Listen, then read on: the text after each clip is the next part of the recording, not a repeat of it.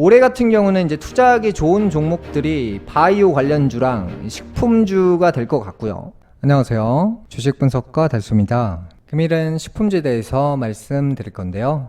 삼양식품을 보시면 한번 올렸다 크게 한번 빼고 본격적으로 대시세를 향해서 가고 있는데요. 이전에 말씀드린 한미반도체나 알테오젠, HLB 사례와도 유사한 형태인데요. 삼양식품의 과거를 한번 보겠습니다. 1995년도 인근이 고점이었고요. 2008년도 인근이 고점이었고요. 2011년도 인근의 고점이었습니다. 대시세를 가기 전에 한번 보겠습니다. 잘 보시면 이제 제가 이전 방송에서도 말씀드렸다시피 HLB가 대시세 갈 수 있다 라고 말씀드리는 부분들이, 자, 이러한 차트들을 보시면 한번 크게 올렸다가 반토막을 내버리고요. 그 다음에 한번 다시 올렸다가 본격적으로 다시 빼고 그 다음에 가는 게 대시세거든요. 그런데 이 시간을 버티는 게 사실은 쉬운 일은 아닙니다. 과거에 에코프로도 그랬고요. 카카오도 그랬습니다. 대시세를 갔던 종목들을 여러분들이 시간이 되시면 검토를 해보시면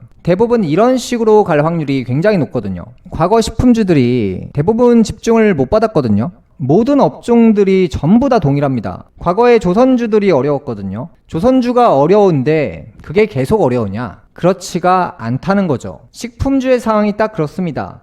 그래서 이제 삼양식품을 계기로 식품 관련주들이 전 고점을 뚫고 갈 확률이 굉장히 높아지고 있다는 거죠. 사람들이 이런 차트가 나오게 돼서 올라갈 희망조차 생기지 않는다면 대부분의 사람들은 이러한 업종에 투자를 안 하거든요.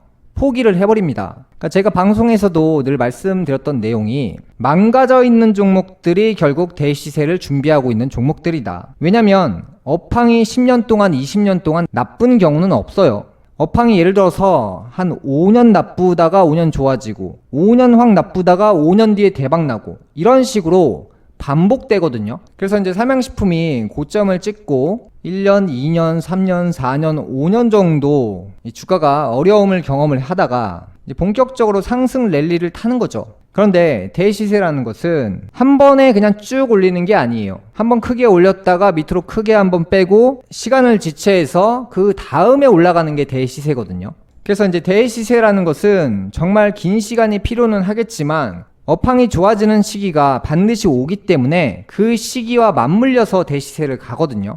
이제 한미반도체 같은 경우도 잘 보시면 2,000원대, 4,000원대 인근이나 뭐 5,000원대, 6,000원대 인근이죠. 인공지능 사이클로 인해서 3,000원, 4,000원짜리 주식이 2만원을 한번 갔다가 만원 정도까지 반토막을 내버리고 그 다음에 본격적으로 대시세를 들어갑니다. 그러니까 지금은 한미반도체가 대시세라고 말씀을 드렸고요. 이제 반도체 사이클은 조금 있으면 끝납니다. 그러니까 이게 무슨 말이냐? 한미반도체라는 종목이 머지않아 대폭락을 한다는 거예요. 왜냐면 지금부터가 대시세 라인이기 때문에 이제 물량 정리를 한다는 것이 계속 포착되고 있는 상황이에요. 그러니까 물건을 하루 만에 다 파냐? 그게 아니기 때문에 사람들이 눈치를 못 채는 거예요. 그러니까 물량을 정리할 때는 단기간에 어차피 못 팔기 때문에 이 대시세 라인으로 들어가서 몇 달 내로 끝나거든요. 이 과거의 에코프로와 똑같습니다. 그래서 이제 과거의 에코프로, 그 다음에 한미반도체, 그 다음 사이클에는 이제 바이오라고 예상을 하고 있고요. 지금 같은 경우는 현실적으로 식품주들이 저평가되어 있는 종목들이 굉장히 많습니다. 그러니까 지금 이제 빙그레 같은 경우도 해외에서 아이스크림이 잘 팔린다고 해서 굉장히 잘 나가고 있는데요. 이 종목 같은 경우 잘 보시면 전 고점을 향해서 계속 진입을 하고 있잖아요. 그런데 이제 올라가기 이전을 한번 보시면 차트가 보통 이런 식으로 생기면 뭐 식품주를 보시는 분들이 없는데 특정 업종이, 그러니까 비인기라는 업종이 인기 업종으로 바뀌는 터닝 포인트가 온다는 거죠. 그러니까 그게 지금인 거예요.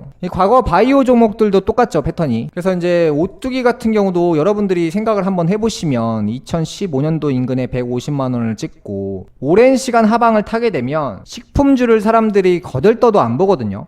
업종이라는 것은 언젠가는 다시 터닝 포인트 지점이 오거든요. 그러니까 식품주들 같은 경우에는 이제 매출이 보장되어 있고 영업이익도 계속 늘어나고 있는 형태로 가고 있거든요. 그러니까 뭐 실적이 박살나서 이제 차트가 무너진 것이 아니라 호황 시기를 기다리게 되면 이 주가라는 것은 하방을 향해서 가거든요. 그러다가 이제 본격적으로 이제 K푸드 열풍이 딱 불면 이제 상승 랠리로 바뀌는 포인트예요. 지금 오뚜기도 한번 보시면 뭐 바닥이 한 34만 원대 인근에서 46만 원대 인근까지 한 번에 쭉 올라와 버리잖아요. 이제 바이오 사이클도 여러분들이 보시면 아시겠지만 이제 오랜 시간 이렇게 쭉 떨어지잖아요. 그런데 2024년 임금부터는 이제 바이오 성장 시기이기 때문에 특히나 제가 작년부터 이제 바이오 성장 사이클 온다라고 말씀을 여러 번 드렸거든요. 그래서 이제 실질적인 결과물들이 나오는 시기가 올해부터거든요. 그래서 이제 바이오 관련주들이 80% 떨어지고 90% 떨어졌는데 이제 성장 사이클이 본격적으로 오는 시기가 오면 차트가 하방이 아니라 상방으로 바뀌는 그 시기가 오거든요. 그래서 이제 바이오 관련주들이 전체적으로 봤을 때는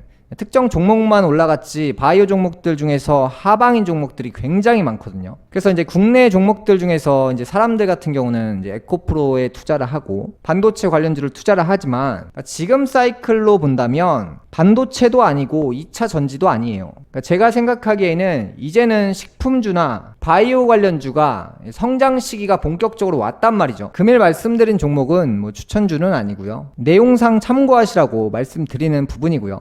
지금은 K푸드 열풍이거든요. 해외에서 우리나라 제품들이 굉장히 잘 팔리고 있는 상황이기 때문에 특히 현재 주목받고 있는 대장주가 삼양식품이고 그 다음이 이제 아이스크림이 유명하니까 빙그레거든요. 삼양식품은 불닭볶음면이 유명하고요. 빙그레 같은 경우는 바나나 맛 우유, 메로나가 굉장히 유명합니다. 이러한 제품들이 SNS를 통해서 입소문이 퍼지면서 인기가 계속해서 상승하고 있고요. 우리나라 제품들 중에서도 생각할 수 있는 게 굉장히 많습니다. 예를 들어서 뭐 김밥이 될 수도 있고요. 그 다음에 또 김이 또 유명하잖아요. 그 다음에 이제 기후 변화로 아이스크림 판매량이 증가할 예정이기 때문에 이제 식품 관련주들이 뭐 단순하게 뭐 삼양식품이나 빙그레만 잘 팔린다고 생각을 하지 않고 있습니다. 불닭볶음면이나 메로나로 인해서 다른 제품들도 긍정적으로 보면서 그 제품들도 사 먹게 되겠죠. 올해 같은 경우는 이제 투자하기 좋은 종목들이 바이오 관련주랑 식품주가 될 것 같고요. 오늘 말씀드린 종목은 추천주는 아닙니다. 금일 방송은 여기까지 하겠고요. 다음 시간에 뵙겠습니다. 감사합니다.